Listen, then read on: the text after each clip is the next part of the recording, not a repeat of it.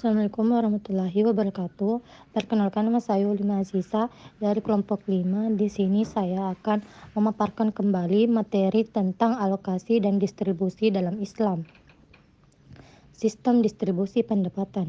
Distribusi merupakan bagaimana cara penyebaran suatu produk agar sampai di tangan konsumen melalui cakupan suatu wilayah yang dapat dijangkau produk tersebut oleh konsumen.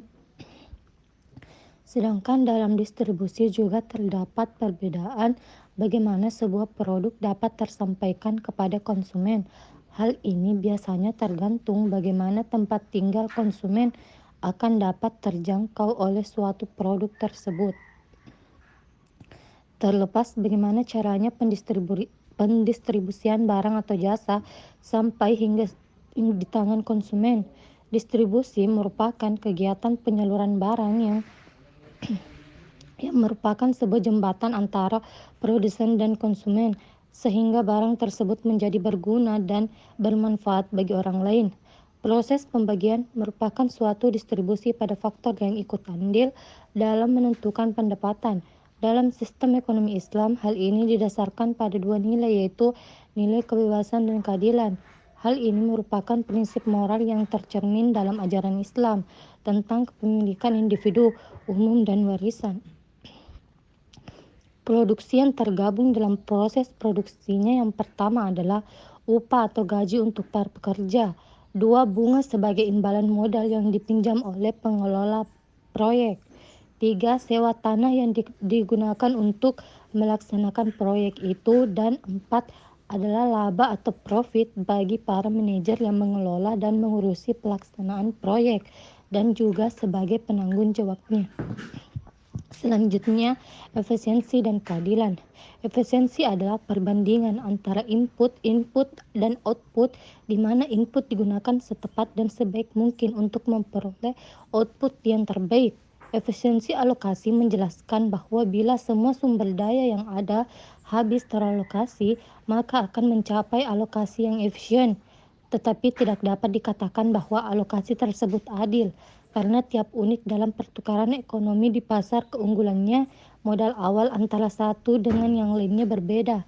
Misalnya, endowment individu 1 lebih banyak pada barang 1, sedangkan individu 2 memiliki lebih banyak barang 2. Kondisi tersebut akan memacu masing-masing individu untuk membuat dirinya better off dengan melakukan perdagangan barang 1 dan 2. Pertukaran tersebut akan berakhir pada kondisi alokasi yang efisien, di mana tidak dapat lagi suatu individu menambah utility terhadap suatu barang atau better off tanpa membuat utility individu lainnya dirugikan atau worse off. Selanjutnya adalah dampak distribusi pendapatan dalam Islam. Dampak yang ditimbulkan dari distribusi pendapatan yang didasarkan atas konsep Islam adalah sebagai berikut. 1. Dalam konsep Islam, perilaku distribusi pendapatan masyarakat merupakan bagian dan bentuk proses kesadaran masyarakat dalam mendekatkan diri kepada Allah.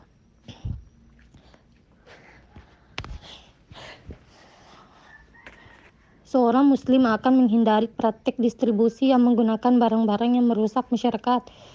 Negara bertanggung jawab terhadap mekanisme distribusi dengan mengedepankan kepentingan umum daripada kepentingan kelompok atau golongan, apalagi perorangan, dan juga memastikan agar jangan sampai sektor publik jatuh ke tangan perorangan maupun kelompok.